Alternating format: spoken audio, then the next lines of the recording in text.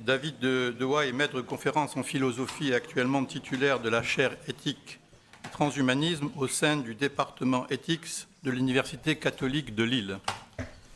Ses travaux portent sur les représentations de la santé, du normal et du pathologique, avec un intérêt particulier pour les enjeux socio-techniques, anthropologiques et éthiques, soulevés par le rapport des sociétés aux corps infirmes. Son dernier ouvrage, intitulé « Transhumanisme, quel avenir pour l'humanité » est écrit en collaboration avec Franck Damour. Je n'écorche pas le nom, non, c'est bien ça. Il présente les idées centrales de la pensée transhumaniste, des arguments pro et anti, pour permettre au lecteur de se forger son propre avis et prendre part au débat. Je pense qu'aujourd'hui, vous allez nous aider à cerner le risque que le transhumanisme puisse nous conduire à sortir de l'humanité. Merci. Merci à tous les organisateurs du colloque pour ce magnifique moment que nous passons ensemble. Et je suis très honoré d'avoir été convié pour y prendre la parole.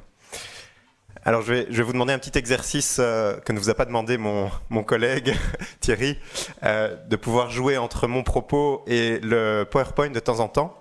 Même si, j'y insiste, le plus important est de suivre le raisonnement que vous allez entendre plutôt que de vous perdre dans les slides du PowerPoint. Donc c'est juste un appui, mais si vous ne voulez pas osciller entre les deux en permanence, soyez attentifs plutôt au raisonnement que je vais développer. Voilà. Alors, quand on m'a proposé d'intervenir, on m'a proposé un titre pour la conférence et je l'ai accepté sans le modifier. Le transhumanisme peut-il conduire l'homme à sortir de l'humanité? Et donc j'ai décidé de répondre à cette question. Et je me suis rendu compte que ce n'était pas si évident que cela. Et donc je ne vais pas dans ma conférence introduire au transhumanisme. Mes collègues ce matin et tout à l'heure ont déjà donné de bonnes bases sur ce courant. Et l'essentiel a été dit. Je vais donc plutôt essayer de répondre à cette question du titre de la conférence. Et je ne vais pas non plus parler de la diversité des transhumanismes. Hein. Évidemment, le transhumanisme, et mes collègues l'ont dit aussi, il vaudrait mieux parler toujours des transhumanismes, parce que le transhumanisme, c'est plutôt une nébuleuse, une constellation. Et dans le petit ouvrage que j'ai écrit avec Franck Damour, on s'est intéressé à analyser tous les lieux communs et toutes les idées reçues sur ce courant qui sont véhiculées un petit peu partout dans les médias, dans de nombreux ouvrages grand public, mais qui parfois deviennent un petit peu répétitifs. Et on n'entre pas véritablement dans les vraies questions que nous pose le transhumanisme, ou en tout cas dans la diversité de ce qu'il comprend. Avant d'aller véritablement dans le moment où je vais répondre à cette question, je voudrais juste quand même dire un mot sur cette diversité, ça me semble important. Donc sans entrer dans les détails, on peut distinguer par exemple entre un transhumanisme, donc vous voyez, ça c'est donc une recherche qu'on est en train de mener au sein de notre chaire éthique et transhumanisme à Lille, où l'on s'est amusé avec des collègues à l'aide d'un outil informatique de répertorier les liens qui existent entre toutes les associations et mouvements transhumanistes. Et on n'est qu'au début de ce travail, donc vous voyez que c'est véritablement une nébuleuse. Je voudrais juste distinguer entre un transhumanisme, entre plusieurs transhumanismes. On pourrait par exemple parler d'un transhumanisme identitaire et militant des associations, réseaux, instituts et mouvements transhumanistes, par exemple l'association Humanity Plus ou en France AFT Technoprog, l'association française transhumaniste. Ce transhumanisme se clame comme tel, il est assumé par ses sympathisants qui s'en revendiquent. Mais il faut distinguer ce transhumanisme-là d'un transhumanisme plus fondationnel et théorisé, plus raffiné, on pourrait dire, que l'on trouve notamment chez des auteurs comme Max More, en tout cas dans ses travaux de jeunesse qui sont très méconnus, chez Nick Bostrom, David Pearce, Anders Sandberg, Ingmar Persson, Ben Goertzel, Julian Savulescu, James Hughes, etc. Les théories transhumanistes de ces penseurs se sont érigées ou se déploient encore aujourd'hui dans des centres de recherche universitaires comme le Centre d'études sur le futur de l'humanité ou le Centre de recherche en éthique pratique à l'Université d'Oxford, ou bien encore au sein du Centre d'études du risque existentiel ou du Centre pour le futur de l'intelligence à l'Université de Cambridge. Et il y a d'autres centres universitaires qui se penche sur le transhumanisme et puis qui en développe une version beaucoup plus raffinée. Alors ces deux premières formes de transhumanisme, sociologiquement identitaires et militants, ou bien plus fondationnels, plus académiques, se subdivisent eux-mêmes en courants de pensée transhumanistes extrêmement variés, parfois à cheval entre militantisme et académisme. Donc plus qu'un système cohérent, et la dia tout à l'heure le montrait, plus qu'un système cohérent, il forme vraiment une nébuleuse transhumaniste qui se caractérise néanmoins par une normativité partagée, un certain idéal. Les nombreux mouvements constitutifs de cette nébuleuse partagent la conviction que la meilleure voie qui s'offre à l'humanité pour évoluer, tant au plan individuel que collectif, est de se dépasser, de s'auto-transformer consciemment par les moyens des sciences et des techniques. Sans contraindre les libertés individuelles, tout devrait être facilité en société pour permettre toute pratique d'expérimentation sur soi, en vue de transformer ses capacités, son substrat biologique, son identité, tout en se dotant collectivement des ressources nécessaires pour prévenir autant que possible les risques auxquels une telle permissivité pourrait exposer. Alors, à côté de cette nébuleuse transhumaniste, et qui est porteuse d'un idéal de transformation indéfinie de soi, il est encore utile de distinguer un transhumanisme socio-culturel plus tacite, bien mis en évidence par exemple dans les travaux de Daniela Serki, une anthropologue suisse. Ce transhumanisme-là est un transhumanisme qui ne se revendique pas, qui ne se pense pas, mais qui se fait, qui s'inculture dans les pratiques sans se dire, et auquel de nombreux acteurs contribuent sans vouloir le reconnaître, parfois à leur corps défendant ou sans même le savoir. À proximité de ce transhumanisme pragmatique, on peut encore distinguer les nombreux tenants d'un transhumanisme que j'ai appelé, faute de mieux, ontologique, qui considère que nous sommes toutes et tous déjà d'emblée transhumains. Le désir profond qui nous habite depuis le fond des âges de progresser, de nous améliorer, de transcender les limites de nos conditions, d'accroître notre qualité de vie, en serait un signe indéniable. Il en irait de même des relations de l'homme et de la technique qui montreraient que nous avons toujours été des cyborgs par nature, puisque nous n'aurions jamais cessé de nous façonner nous-mêmes, longtemps inconsciemment d'ailleurs, en produisant des outils qui en retour nous produisent eux aussi. Bref, des techniques, des milieux d'artifice et des cultures qui, qu'on le veuille ou non, impactent toujours, depuis toujours, notre devenir corporel au cours de l'évolution. On peut encore distinguer, dans le prolongement de ce transhumanisme ontologique-là, un transhumanisme épocal, appelé aussi post-humanisme, comme le fait Peter Sloterdijk dans son fameux petit essai intitulé « Règles sur le parc humain ». Alors, les théoriciens de ce post-humanisme voient dans ce transhumanisme épocal, enfin c'est ainsi que pour ma part je l'appelle, les signes d'un changement culturel majeur aujourd'hui. Davantage équipés d'un background issu des sciences humaines et sociales, plus que des sciences de l'ingénieur, de l'informatique ou des sciences du vivant, les tenants de ce post-humanisme-là, qu'il ne faut pas confondre avec ce qui viendrait après le transhumanisme, considèrent que les progrès technoscientifiques et les effets de la convergence NBIC, nanosciences, sciences de l'informatique, sciences du génome, etc., de ces dernières décennies, la convergence de ces sciences va de pair avec un changement de paradigme culturel qui imposerait à l'humanité de nouvelles clés de compréhension de soi, si radicalement nouvelles qu'elles nous font d'ores et déjà sortir du paradigme de l'humanisme classique au sein duquel nous nous serions jusqu'ici compris et définis en tant qu'êtres humains. Bien qu'en faisant partie d'une certaine façon, je distinguerai ces formes de transhumanisme-là, socioculturel ou pragmatique, ontologique ou épocal, des formes de transhumanisme plus militants ou fondationnels que j'ai évoquées tout à l'heure, en raison de leur aspect à première vue moins normatif, plus descriptif d'un état de fait et de constat anthropologique, conduisant à penser que le transhumanisme fait partie, qu'on le veuille ou non, d'un destin qui, au fond, n'aurait nul besoin de militantisme et de lutte sociale pour se réaliser. C'est une sorte de nécessité, ça va se faire, on le fait déjà, même si on n'en est pas conscient, et il y a en nous un désir de le faire qui existe depuis toujours. On dispose simplement aujourd'hui de techniques incroyables et de connaissances qui permettent d'aller plus loin dans ce processus. Enfin, mais sans prétention à être exhaustif, on peut encore mentionner aux marges de ces différences d'approche et d'expression des courants transhumanistes, des récits transhumanistes d'un troisième type, plus externalistes, tantôt épouvantail, tantôt marketing, que dépeignent et simplifient à outrance leurs narrateurs. Ces derniers, pour la plupart du temps, sauf à se planter une balle dans le pied, ce qui leur arrive, ne sont pas transhumanistes, mais font plutôt partie des critiques du transhumanisme ou de ses exploitants intéressés. Les uns produisent de tels récits à des fins de stratégie commerciale, pour les intérêts de leur business. Les autres pour se construire un adversaire qui aura toutes les qualités de l'épouvantail en plein soleil de midi, aussitôt construit, aussitôt incendié, pour les besoins d'une bonne cause. Cependant, la dite cause n'est en général guère honorée par le recours à ce type de stratégie. À vaincre sans péril, on triomphe sans gloire, si vous me permettez le dicton. Au terme de cette introduction sur la diversité des formes d'expression, de courants de pensée transhumanistes, que suggère cette typologie qui n'est qu'une ébauche, qui pourrait être améliorée, on trouve déjà une première réponse possible à la question de cette conférence. Le transhumanisme peut-il conduire l'homme à sortir de l'humanité ? Alors la réponse pourrait en effet être la suivante. Non, le transhumanisme ne peut conduire l'homme à sortir de son humanité, puisque l'humain, dans son noyau essentiel, est en quelque sorte depuis toujours un transhumain, un être en transition permanente qui s'efforce constamment de transcender les déterminations de son humanité, situé à mi-chemin entre le ciel et la terre, l'animalité et la divinité, l'animé et l'inanimé, le vivant et la machine, etc.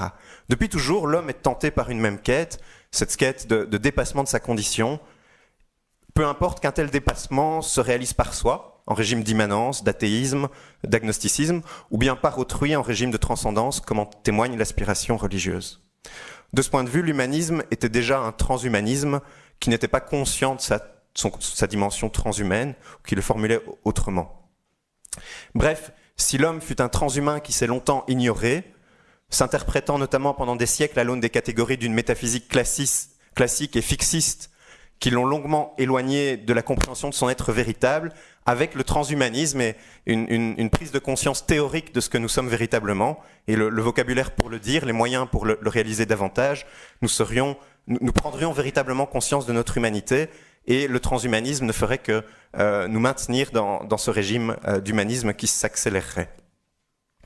Alors je voudrais juste noter au passage, mais je ne vais pas y consacrer plus de temps que je ne l'aurais souhaité, que cette vision-là n'est pas complètement étrangère à certaines interprétations chrétiennes qui peuvent lui être favorables. Par exemple, il y a un article très souvent cité par de nombreux auteurs théologiens qui s'intéressent au transhumanisme, de Karl Rahner, dans les années 70, si je me souviens bien, qui parle de l'automanipulation de l'homme en des termes très ouverts et accueillants, et qui ne voit pas a priori d'arguments théologiques issus des données de la révélation qui s'opposeraient ou qui condamneraient a priori le fait que l'homme puisse collaborer, participer à l'œuvre de sa propre création par le moyen de ses techniques et de ses savoirs. Ce que Rahner dit, c'est qu'il y a effectivement des transformations de l'homme qui doivent être absolument critiquées moralement. Il y a des manipulations de l'homme qui doivent être condamnées, et on doit utiliser tous les arguments de l'éthique et de la philosophie, des sciences politiques et sociales pour le faire, évidemment. Mais de façon a priori, il n'y a pas d'argument théologique clair par rapport à l'idée que l'homme puisse contribuer à son propre devenir par l'usage des sciences et des techniques. Alors, si cette thèse... donc cette position, évidemment, de Rahner, elle est intéressante, elle est aussi discutable, mais je ferme ici la parenthèse. Mais donc, si la réponse à au titre de la conférence, la première réponse qui vient d'être donnée était vraie, je pourrais m'arrêter ici. Mais je vais poursuivre, parce que je compte bien contester l'idée selon laquelle le transhumanisme ne peut pas nous faire sortir de l'humanité, puisqu'il en réaliserait de façon simplement plus consciente et radicale la dynamique intrinsèque. Que le transhumanisme ne puisse nous faire sortir de l'humanité présuppose en effet une certaine idée de l'homme qui repose elle-même sur certains choix, et donc inévitablement sur des préférences et une certaine axiologie qui conditionne, qui influence une anthropologie, une vision de l'homme prédominante dans les courants de pensée transhumanistes.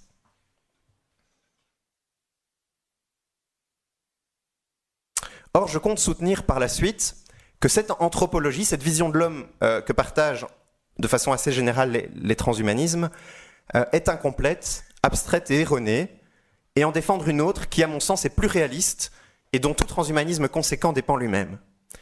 Sur la base de cette anthropologie, il apparaîtra concevable que, premièrement, certains projets transhumanistes, même s'il m'est difficile a priori de dire immédiatement lesquels, puissent tout à fait nous faire sortir de notre humanité, et deuxièmement, que ce geste pourrait être tout à fait gravissime. il signerait en effet notre propre fin en tant qu'humanité, mais aussi par là même les conditions de possibilité de toute aspiration transhumaniste future elle-même. Car celle-ci, cette aspiration dont se revendiquent les transhumanistes, s'enracine dans une formule anthropologique dont nous héritons de notre histoire évolutionnaire spécifique. La suite de mon propos se déclinera donc en 2 temps. Je vais tout d'abord souligner le contexte de déstabilisation et d'incertitude anthropologique dans nos visions de l'homme dans lequel nous nous trouvons depuis environ 2 siècles, concernant ce que nous sommes en tant qu'êtres humains. Et c'est dans ce contexte que les transhumanistes se sont forgés une vision de l'humain et de sa nature, entre guillemets, et je présenterai cette vision. J'expliquerai ensuite pourquoi cette vision me semble partielle, en suggérant qu'elle présuppose une anthropologie plus complète et plus complexe, qui soulève la question de la place du corps humain, de ses contours et de ses limites, de sa vulnérabilité et de son inachèvement, dans ce qui fait de nous des humains et non des chimpanzés ou des machines. Donc des liens avec ce que Thierry nous disait tout à l'heure pourront sans doute être établis. Cette deuxième partie de mon propos me permettra de rendre plus explicite la raison pour laquelle je pense que le transhumanisme pourrait effectivement nous faire sortir de l'humanité et que ceci est vraiment dangereux, on doit vraiment prendre cela très au sérieux. Alors, quelle vision de l'homme, de ce qui fait son essence, le transhumanisme présuppose-t-il ? Si l'on s'intéresse à la représentation de l'être humain qui domine dans la mouvance transhumaniste et que l'on tente d'en tirer à grosse louche l'idée centrale, on pourrait dire d'en dresser un petit peu le modèle, on retiendrait ceci. Foncièrement, pour les transhumanistes, notre humanité est vide de toute détermination corporelle, cognitive ou psychique, immuable, éternelle. Ou pour être plus précis ou plus nuancé, les déterminations qui caractérisent notre humanité, notre trait corporel, notre caractère, nos spécificités biologiques ne sont jamais définitives. Elles ne sont jamais qu'accidentelles et transitoires. Au fond, nous sommes une espèce très jeune, au regard de la durée de vie d'autres espèces. Notre évolution sur le long terme pourrait être très importante et tout est au fond passager dans ce que nous pensons être définitif de nos traits corporels. Les acteurs relais des propositions transhumanistes se plaisent ainsi à souligner qu'à l'échelle de l'évolution, notre constitution n'est que provisoire, fluide et toujours prête à changer tôt ou tard.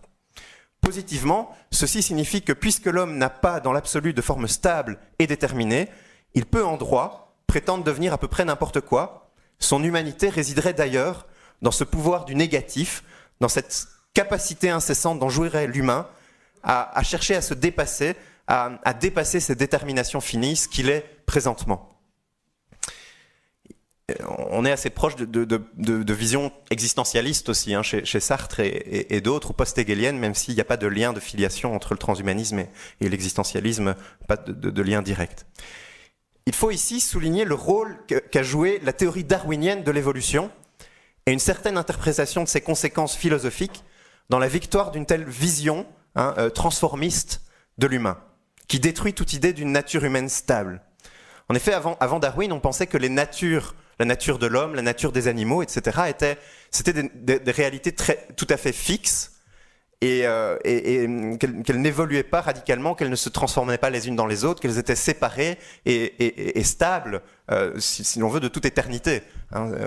Qu'il s'agisse des idées de Dieu semées quelque part dans la nature, dans la conception de saint Augustin, par exemple, ou dans la représentation grecque des natures, dans une vision cyclique du temps dont on a parlé ce matin, les Grecs observaient que tout revenait toujours de la même façon. Les graines d'un chêne produisaient des graines qui produisaient le même type de chêne, etc. De génération en génération, on observait les mêmes choses. Et donc tout cela conduisait à penser qu'il y avait des natures fixes et définitives. Et l'homme avait une nature de ce type-là. Eh bien, avec le darwinisme, cette conception classique de la nature, des formes dans la nature, a volé en éclats. Et on est passé dans l'extrême inverse. Et ce qui s'est imposé, c'est une forme d'anthropologie agrégative et continuiste qui voit dans l'homme, au fond, un agrégat, une sommation, une accumulation de propriétés et de fonctions liées accidentellement entre elles, supputêtes autrement, et ne se distinguant que graduellement d'autres agrégats animaux. Et cette vision se substitua donc à l'anthropologie qui était culturellement dominante, qui était substantialiste, discontinuiste, fixiste des époques antiques, médiévales et modernes. Donc en renonçant ainsi à l'idée d'une nature humaine stable au profit d'une conception précaire et malléable de l'homme, une certaine interprétation philosophique du darwinisme a ainsi préparé, à partir du XIXe siècle, le lit du transhumanisme. Et on pourrait remonter à l'évolutionnisme des pensées des Lumières également. Car c'est bien une telle vision de l'homme qui, en s'imposant culturellement, sert de justification ultime à tout projet politique, idéologique ou économique de transformation de l'homme. Au fond, quelle est la réflexion que le tenant de cette position peut penser ? C'est puisque l'homme n'est rien de définitif, il peut devenir n'importe quoi. Puisqu'il s'expose déjà aux altérations de la nature, nous pouvons le compléter, le modifier, améliorer en lui ce que l'évolution n'a qu'imparfaitement réalisé. Permettons-lui donc, s'il le souhaite, d'augmenter ses capacités, de modifier sa forme ou de retarder le moment de sa mort naturelle. Tout est au fond faisable dès lors qu'on dispose des connaissances et des techniques pour y parvenir. Alors, face à cette dominance d'une certaine vision de l'homme qui s'est imposée depuis qu'on a tiré certaines conséquences philosophiques du darwinisme, pour qui souhaite proposer une alternative à cette vision de l'homme, un premier problème qu'il faudrait surmonter réside dans cette nouvelle vision de l'homme qui est donc agrégative, continuiste, fluente, et qui s'est imposée donc avec Darwin. Parce que si nous ne sommes plus en mesure ni de définir la nature de l'homme, ni de dessiner la frontière qui nous sépare des autres espèces animales, nous nous trouvons dans une telle ignorance théorique, dans un tel manque de savoir, qu'il apparaît très difficile de se dissocier des essais de modification préparés, suggérés ou imposés par les biotechniques. Ainsi, si on ne sait plus quelles sont les limites, si on n'a plus d'idée assez claire de ce qu'est l'homme, toutes les formes d'hybridation, de pollinisation, d'altération, de transformation du corps humain deviennent légitimes au fond, et on manque d'arguments pour s'y opposer. Et le biopouvoir dont parle Foucault peut s'exercer sur les corps en collusion avec l'économie, le politique et les sciences naturelles. Ceci étant dit, c'est le deuxième moment de ma réflexion dans cette étape, il convient toutefois, je voudrais nuancer l'ampleur de ce bouleversement, car la fin clamée de l'exception humaine, l'apparente victoire de cette vision de l'homme dont je viens de parler, n'a pas achevé en l'homme le désir de se définir et de se trouver des propres de l'homme. En effet, les propositions d'affirmation de la différence anthropologique n'ont pas cessé de se multiplier dans le temps, et quand on regarde la littérature scientifique, quand on la lit, on voit bien que l'affirmation des propres de l'homme, elle est extrêmement présente dans de très nombreux travaux. Il y a une sorte de retour d'affirmation des propres de l'homme, mais c'est aussi problématique parce que la façon dont on essaye de penser la spécificité humaine se fait justement par l'affirmation de ses propres. Et on tombe alors dans une forme de morcellement de ce qu'est l'humain ou de perspectivisme, c'est-à-dire que chaque discipline va penser que le regard qu'elle porte sur l'homme détient la clé de définition de ce qu'est l'humain. Les sciences sociales, par exemple, font du social le spécifique humain. L'anthropologie culturelle substitue au social la culture. La philosophie analytique souligne la spécificité du langage humain, sans lequel ni culture ni organisation sociale ne peuvent se développer. Les sciences cognitives font de la théorie de l'esprit le propre de l'homme. La tradition kantienne, la tradition existentialiste, privilégie la liberté humaine comme propre de l'homme. La philosophie morale souligne que seul l'homme est un animal moral. Les penseurs de la technique, les ingénieurs voient en l'homme l'animal inventeur d'artefacts, d'outils, etc. Et les transhumanismes n'échappent pas à cette tendance, en associant pour leur part à l'humanité une propension singulière à chercher toujours à s'améliorer, à l'amélioration indéfinie. Beaucoup d'entre eux y voient même une invariance anthropologique. Et c'est ce qu'exprime par exemple quelqu'un qui refuse de se dire transhumaniste, mais qui ferait partie, que je situe néanmoins dans la mouvance transhumaniste, John Harris, quand il dit « Il est douteux qu'il n'y ait jamais eu un moment où les descendants de nos descendants n'aient pas cherché à progresser, à essayer de rendre les choses meilleures et à s'améliorer eux-mêmes. Nous avons créé l'art, la littérature et la musique, nous avons inventé l'agriculture et l'industrie, la science et la médecine, la technologie et l'ingénierie, et quantité d'institutions qui soutiennent et améliorent nos conditions d'existence. Bien sûr, toutes ces réalités ne sont pas bénéfiques de la même façon, mais tous les mécanismes qui rendent possible une vie meilleure et de meilleure vie sont des moyens d'amélioration dans un sens ou dans un autre. Au fond, cette quête d'amélioration serait une forme d'invariance anthropologique fondamentale. La perfectibilité, donc. Voilà bien un propre de l'homme auquel tiennent les transhumanistes, mais qui, à bien y regarder, en suppose en fait nécessairement d'autres. Et c'est ici que je passe dans le moment plus critique et dans la proposition peu à peu d'une autre anthropologie. le langage, la rationalité, l'attention conjointe, la capacité de se projeter dans le temps, de produire des outils, tout cela est requis par la perfectibilité. On ne peut pas chercher en effet à s'améliorer sans réflexion, sans recours au langage pour se donner une description, en langage naturel ou formel, des procédures à mettre en œuvre pour y parvenir, sans se projeter dans ce que l'on voudrait devenir, sans outils pour y parvenir, etc.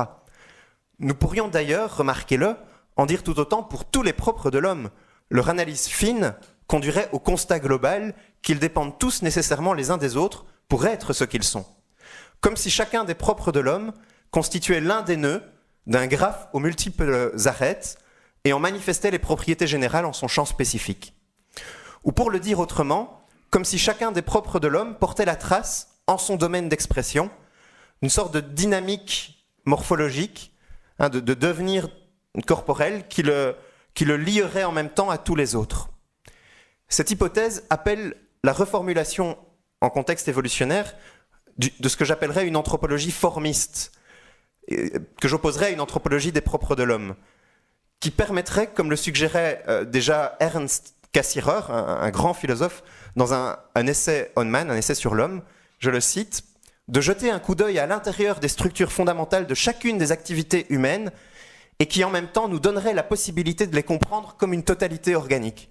Le langage, l'art, la morale, les mythes, les religions ne seraient de ce point de vue pas des créations isolées, erratiques. Fin de citation. Elles seraient reliées, tous les propres de l'homme, toutes les créations dont l'homme est fier, elles seraient toutes reliées, toutes ces créations, par une même condition ontologique de possibilité, une même condition de possibilité qui constituerait leur lien commun et leur sens humain, leur sens anthropologique fondamental. Donc le défi d'une telle anthropologie formiste, en contexte évolutionnaire, consisterait, pour le dire un peu autrement, à souligner à la fois l'écart qui singularise radicalement l'homme en sa manière d'être par rapport aux autres animaux, tout en maintenant en même temps la filiation qui fait indéniablement de l'homme une vie parmi d'autres issue du fleuve du vivant. Alors, le défi n'est pas insurmontable, et il y a de nombreux auteurs qui s'y sont essayés au cours du XXe siècle, et notamment des paléontologues, des éthologues ou des paléoanthropologues, comme André Leroy-Gourand ou Stephen Jay Gould, par exemple, beaucoup plus récemment. Et ces auteurs ont abondé en ce sens, en soutenant que cette formule humaine, cette formule anthropologique que nous sommes, présentait une telle originalité qu'il n'y avait plus de raison de rapprocher Homo sapiens des singes, qu'il n'en existerait de voir dans le chimpanzé une sorte de raton laveur évolué. Je cite ici Leroy-Gourand. De ce point de vue, loin d'être réductible à l'idée d'une flexibilité sans limite, l'humanité et la diversité de ses propres présuppose, en contexte évolutionnaire, l'entretien d'un système actif d'équilibre interne, de relations physiques, biologiques, psychosociales, qui forment ensemble une totalité organique capable d'évoluer de façon cohérente. Donc, contrairement au morcellement d'une réflexion anthropologique sur l'humain à partir de ses propres, qui conduit en fait à une vision très divisée et plurielle de l'homme, j'ai soutenu dans la réflexion qui vient d'être proposée qu'on ne pouvait pas les penser indépendamment les uns des autres, qu'ils dépendaient systémiquement les uns des autres, et que tout cela tend vers l'idée qu'il faut renouveler notre pensée de l'homme et substituer à cette vision de l'homme par ses propres une anthropologie formiste qui essaye d'en penser l'unité et son lien avec aussi notre corporéité, je vais y venir. Donc je rejoins ici les propos de Frank Tinland, un philosophe qui a écrit un très bel ouvrage qui s'intitule La différence anthropologique dans les années 70, en 1978, et qui écrivait ceci. Bien que pris un à un, tous les traits du corps humain puissent peut-être trouver leur homologue chez les autres primates, la formule selon laquelle il s'articule donne une totalité fonctionnelle qui manifeste par rapport à ses plus proches voisins une profonde singularité, racine d'une véritable altérité dans les modalités selon lesquelles se constitue l'être de l'homme en tant qu'être humain. Cette thèse va plus loin que l'idée selon laquelle l'homme ne devrait ses propres qu'aux performances d'un cerveau volumineux, car ce dernier apparaît lui aussi indissociable d'une forme corporelle plus large, elle-même inséparable d'un certain type de rapport à son environnement. Rapport dont il est légitime de présumer qu'il constitue lui aussi un appel au développement nerveux. Ce n'est donc pas ici analytiquement, c'est-à-dire en renonçant à l'unité du corps humain pour s'intéresser à la pluralité des propres de l'homme, que nous pourrions ressaisir sa spécificité. C'est plutôt en portant au contraire une attention à la dynamique du devenir du corps humain dans l'évolution et au type de relation que ce corps entretient avec le milieu dans lequel il évolue, que nous pourrions véritablement comprendre notre altérité en tant qu'être humain, notre spécificité. Et pourquoi nous avons des propres de l'homme qui sont ceux-là. Alors, je n'aurai pas le temps ici de présenter en détail ma réflexion, mais en substance, de façon sans doute trop concise, je voudrais toutefois la résumer. Et ma thèse se rapproche ici d'une tradition de pensée qui, de Louis Bolk au paléontologue Stephen Jay Gould, pense que l'homme n'est pas un singe plus quelque chose, plus l'un de ses propres, mais qu'il est autre chose qu'un singe dans la mesure où sa morphogenèse, sa façon d'être, la façon dont son corps, dont sa corporéité s'est développée au cours de l'évolution, depuis l'ancêtre commun qu'il partage avec les paninés, les autres espèces de singes, chimpanzés, bonobos, eh bien, c'est la façon dont notre corps est devenu, s'est formé au cours de l'évolution, s'est opéré de façon assez différente de ses cousins simiens, selon des accentuations assez différentes. En effet, si l'on regarde la genèse du corps humain au cours de l'évolution par rapport au développement respectif des corps primates, il est remarquable de constater que l'apparition des propres de l'homme est indissociable d'une retardation générale du développement d'Homo sapiens. Alors, deux définitions un petit peu barbares, mais ce sont des concepts qui sont issus de la paléontologie. Par retardation, on entend en paléontologie le ralentissement du développement d'un organisme au cours de sa vie, à l'origine duquel un trait, qui peut être organique ou comportemental, n'apparaît que tardivement dans le développement de cet organisme en comparaison du moment de son apparition chez un ancêtre ou bien dans le rythme de développement d'une espèce proche par rapport à cette espèce sur l'arbre de l'évolution. Or, cette retardation favorise chez l'homme la fixation, et ça c'est vraiment la thèse centrale de Stephen Jay Gould par exemple, cette retardation favorise chez l'homme la fixation à l'âge adulte de nombreux traits néoténiques. Qu'est-ce que c'est la néoténie ou le processus néoténique? C'est la stabilisation à l'âge adulte de caractéristiques morphologiques, de traits biologiques, comportementaux, inachevés, juvéniles, dont l'état primitif, archaïque, n'est en général que passager dans le cours du développement organique des autres primates, développement de l'enfance vers l'âge adulte.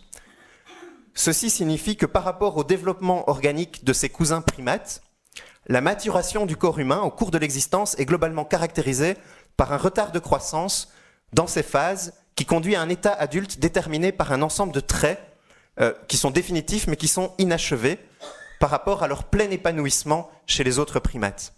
Alors, un trait immédiatement observable de ce processus se laisse observer ici quand on regarde par exemple le visage, la face d'un bébé chimpanzé et d'un enfant humain, et puis le même visage, enfin ce ne sont pas les mêmes individus, mais à l'âge adulte, il y a un développement très fort de la mâchoire vers l'avant chez le chimpanzé, et chez l'homme, ces traits juvéniles demeurent stabilisés à l'état adulte. Et on pourrait donner énormément d'exemples de ce type-là, de traits néoténiques, qui sont pour Stephen Jay Gould liés à un processus phylogénétique, à un processus évolutionnaire qui s'est très fortement accentué au sein de l'espèce humaine, qui existe aussi dans les espèces voisines, mais de façon beaucoup moins accentuée, qu'il appelle la retardation. Et ce processus permet l'apparition de ces traits néoténiques. Donc, le maintien à l'état adulte de traits inachevés. Par exemple, la grande plasticité du cerveau, pour certains auteurs scientifiques, aujourd'hui, des travaux scientifiques dans des revues contemporaines, mais la plasticité remarquable du cerveau humain est considérée par certains biologistes comme étant le maintien à l'état adulte d'une forme d'inachèvement des câblages et de la détermination du cerveau qui existe chez les bébés chimpanzés ou chez les petits du singe, mais qui très vite se fige et perd en plasticité. Elle est maintenue jusqu'à un âge très avancé chez l'homme. Alors il y a beaucoup de débats sur ces questions, évidemment. Alors la conséquence directe de cet inachèvement des épanouissements organiques en l'homme, par contraste avec leur degré de spécialisation chez ses cousins primates, est une vulnérabilité spécifique de l'homme dans son rapport au milieu. hein. Et évidemment, hein, un être vivant, et je vais prendre cette image de la clé dans une serrure, un être vivant, une espèce en général ne survit à la sélection naturelle dans son histoire évolutionnaire que parce qu'elle dispose de traits morphologiques, comportementaux, biologiques qui lui permettent d'être bien adaptée à son environnement. Et quand l'environnement change, ou quand ces traits deviennent inadaptés à l'environnement, l'espèce entre dans une situation de crise. Alors soit des mutations et des changements génétiques se produisent qui lui permettent de s'adapter à ce nouvel environnement, soit elle disparaît, elle est éliminée. Et on peut se demander comment l'homme, du fait de ces nombreux traits qui se sont stabilisés dans leur immaturité et inachèvement à l'état adulte, comment l'homme a survécu à ce processus de retardation dans des environnements naturels pour lesquels il n'est pas fondamentalement aussi bien outillé, spécialisé dans ses comportements, dans ses organes, que les animaux.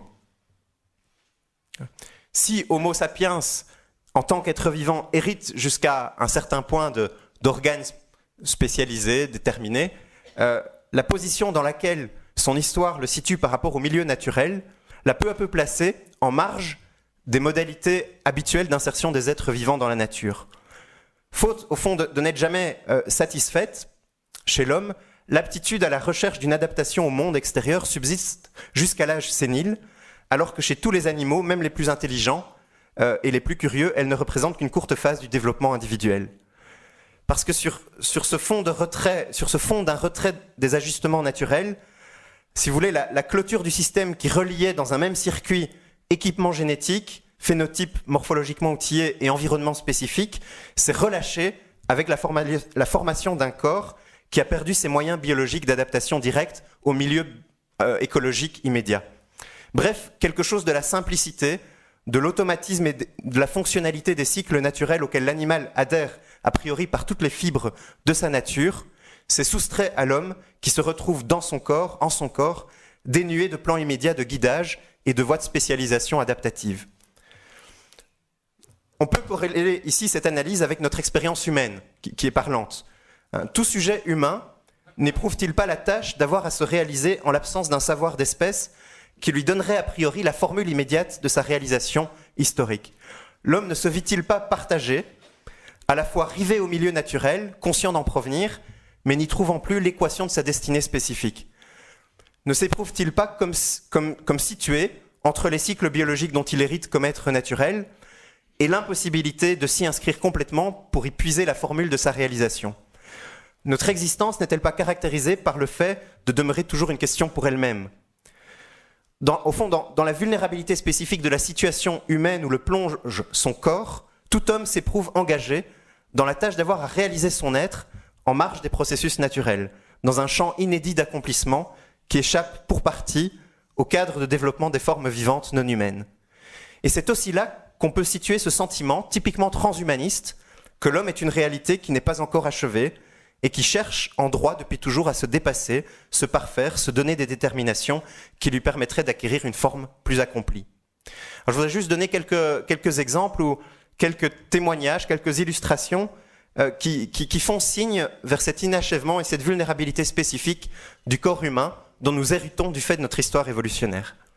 Prenons par exemple la perte d'un certain nombre de réflexes, de programmes comportementaux innés et l'indétermination de nombreux schèmes d'action par rapport aux autres primates. Ces pertes sont les conditions humaines d'une éducation et d'un apprentissage nécessaires tout au long de la vie. Nous sommes toujours dans des processus d'apprentissage et de maturation intellectuelle, psychologique et sociale interminables. Deuxième exemple, l'importance et l'inévitabilité des habitudes, des routines, des croyances, des règles et des normes. C'est très important comme moyen de structuration et de stabilisation des pratiques individuelles et sociales. Leur place est essentielle dans les vies humaines et elle se comprend aussi par une sorte d'inachèvement évolutionnaire, individuel du corps de chacun. Nous avons à apprendre ces règles et ces normes pour structurer notre comportement et nous déterminer un devenir. Tout cela n'est pas donné en soi. Troisième exemple, l'importance des cultures et des techniques, leur caractère très développé dans l'existence humaine. Notre évolution culturelle et technologique, dont l'amplification et la complexification n'ont pas de comparaison possible chez les animaux, ne peuvent être comprises sans leur fonction minimale, ce n'est pas leur seule fonction, mais c'est une fonction minimale, qui est de compenser une forme d'inaccomplissement, d'inadaptation et de vulnérabilité immédiate du corps humain au milieu naturel. Nos cultures, nos artefacts techniques ont pour tâche fonctionnelle minimale, ce n'est pas leur seul sens bien sûr, ni leur seule fonction, mais ils ont néanmoins pour tâche minimale de pallier une sorte de déficit immédiat entre l'organisme humain et son milieu écologique d'innervation, de rattachement direct. Troisième exemple, plus fondamental, plus important pour les philosophes par exemple, mais pour tout être humain, beaucoup plus largement, la possibilité d'un désintéressement cognitif par rapport aux contraintes du milieu. Nous avons la possibilité en tant qu'être de pensée de nous distancier des attracteurs immédiats de l'environnement dans lequel nous sommes. Nous pouvons nous mettre à distance des situations dans lesquelles nous sommes plongés. Nous pouvons faire un pas de décalage par rapport au déterminisme, au conditionnement qui sont les nôtres dans un milieu donné. Cela demande évidemment un travail de libération, un apprentissage, mais nous avons cette capacité de prendre conscience que l'environnement dans lequel nous sommes n'est qu'un environnement particulier et que nous pouvons le transformer, et donc nous mettre un petit peu à l'écart de l'immédiateté de ce milieu. Et la pensée humaine est caractérisée par sa réflexivité, sa capacité de se mettre à distance de ce qui est. Et la thèse qu'il faudrait évidemment développer, c'est que cette capacité, elle n'est pas simplement liée à un gros cerveau volumineux, parce que le cerveau, il est complètement dépendant de ce qu'est notre corps. On ne peut pas séparer le corps et le cerveau, c'est une sorte de nouveau dualisme cartésien matérialiste. Et notre corps est déjà dans un rapport de distanciation par rapport à son milieu immédiat. Et nous sommes toujours en train d'essayer de combler cette distance, cet écart. Et pour survivre, nous avons dû médier cette distance en nous créant des environnements qui nous permettent d'évoluer et qui correspondent à ce que nous sommes. Donc, les conditions de la pensée sont déjà dans les conditions du corps et dans ce que le corps nous détermine comme place par rapport à l'environnement naturel. Merci. Un autre exemple, c'est ce que Albert Piet appelle le mode mineur de la réalité humaine. Autre illustration de cette hypothèse que notre corps est fondamentalement dans un décalage par rapport au milieu qui est lié à son inachèvement et ses déterminations spécifiques héritées de son évolution. Voilà ce que Albert Piet écrit. « Il me semble qu'il existe une manière visible d'être humain caractérisée par un ensemble de traits qui traversent toutes les situations humaines. Ce sont les attitudes de distraction, les gestes latéraux, la présence d'êtres non concernés par la situation ou d'objets sans usage direct. Le principe de l'humain résiderait dans ce qui est périphérique, secondaire, dans ce qui est autour, à côté, en décalage. Cette forme observable par les êtres humains rappelle l'insistance de l'anthropologie philosophique sur les modalités de la présence de l'homme, toujours déjà imprégné d'une distance avec lui-même, avec les autres et avec les objets. L'homme est toujours ici et ailleurs. Cette non-identité crée une marge de jeu, une sorte de mouvement interstitiel. Si la vie humaine était telle que les lois de la science, de la psychologie ou de la sociologie la décrivent, elle serait invivable. » Alors, revenant sur le processus d'hominisation et la spécificité qu'il confère à la situation des hommes, Piet développe dans les pages conclusives de son ouvrage une prise de position qui rejoint notre analyse. C'est moins l'outil, le langage, la société qui font la caractéristique humaine que l'avènement d'une forme d'extériorité à la situation. Elle est comme le point de convergence de chacun de ces traits, le fil qui semble se tisser entre chacun et se constituer en indice d'humanité. L'humanité ne s'accomplit ni dans la conquête du sens et de la rationalité, beaucoup d'animaux y sont arrivés, on pourrait en discuter, ni dans l'appartenance à une antériorité déterminante et déterminée. La différence humaine se situe plutôt dans une présence dégagée par rapport à la situation, à l'interaction et à l'enjeu de sens qui s'y joue. À la différence des singes dans le milieu où les choses font sens ou ne font rien, sans laisser de place à l'émergence de l'entre-deux, les hommes ont une manière d'être présente sur mode mineur, une manière d'y être sans y être. Alors, une dernière illustration, et j'en viendrai à ma conclusion, elle est importante. Une dernière illustration, surtout par rapport au transhumanisme, et je vais retomber ici sur mes pattes et conclure. Une dernière illustration nous ramène encore une fois à la question de la perfectibilité, mais par le biais de ses conditions. En effet, il n'y a pas d'aspiration au dépassement de soi sans ces trois puissances de l'existence humaine que sont le désir, le langage et la liberté. Or, toutes trois se distinguent du besoin, de la communication et du mouvement animal, parce qu'ils portent en eux une quête d'inconditionné. Le désir humain ne se satisfait d'aucun environnement immédiat. Le langage est quête de vérité en soi, au-delà des apparences immédiates, et la liberté est pouvoir de négation des pressions du milieu immédiat. Or, il leur faut un corps précis, suffisamment inachevé et en décalage par rapport à l'immédiateté des pressions du milieu direct, pour ouvrir en l'homme, par ses puissances, une aspiration à l'au-delà de sa situation présente.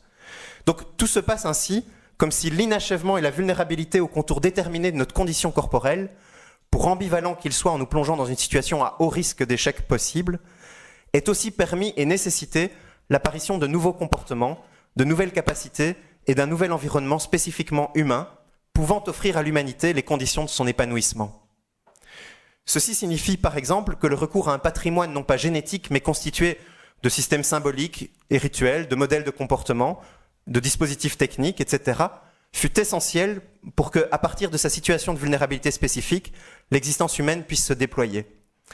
Sans la mise en œuvre et l'amplification de ces comportements et de ces artefacts techniques, culturels, dont nous n'apercevons jamais que des ébauches chez certains animaux, l'homme n'aurait pu survivre à sa condition corporelle héritée de son évolution. Il n'aurait pas non plus pu persister dans sa façon d'être distanciée par rapport aux contraintes de l'environnement brut. Bref, c'est toujours en relation avec une situation d'inachèvement et de vulnérabilité corporelle spécifique que l'homme devient un être de culture, de technique, de langage, etc. Mais réciproquement, les propres de l'homme sont radicalement dépendants d'une structure corporelle douée d'une certaine forme, d'une certaine unité, marquée par une forme d'inachèvement et de vulnérabilité spécifique. Je conclus maintenant. Au terme de ce parcours, et sur la base de l'anthropologie philosophique que je viens d'esquisser, je peux soutenir que les caractéristiques propres à notre humanité, notamment notre perfectibilité, sont intrinsèquement dépendantes de notre héritage corporel qui se réalise sous la forme d'une totalité psychophysique spécifique en relation particulière avec son milieu de coexistence. De ce point de vue, je répondrai affirmativement à la question qui m'a été posée comme titre pour ma conférence. Le transhumanisme peut-il conduire au dépassement de l'humanité ? Oui, il le peut. Et je pense que le poids du prix à payer pour cette sortie hors de l'humanité pourrait être gravissime en comparaison du bénéfice espéré, mais tout à fait incertain. En effet, en suggérant que la possibilité d'une certaine aspiration au dépassement et au progrès qui caractérise l'humanité depuis la nuit des temps est fondamentalement dépendante et fonction au même titre que tous les autres propres de l'homme, de la totalité biopsychosociale que cette même humanité présuppose, on peut soutenir qu'une transformation inconsidérée des équilibres constitutifs de cette totalité risquerait non seulement de mettre un terme à cette humanité, mais aussi d'éteindre une aspiration au progrès qui est le carburant même de toute aspiration et de toute théorie transhumaniste. Bref, le transhumanisme, en ne posant pas de limite à ses prétentions, risquerait, à l'aune de cet argument, de couper la branche sur laquelle il repose, en se privant des conditions corporelles et des propriétés sur lesquelles repose l'aspiration dont il se revendique. Voilà, merci.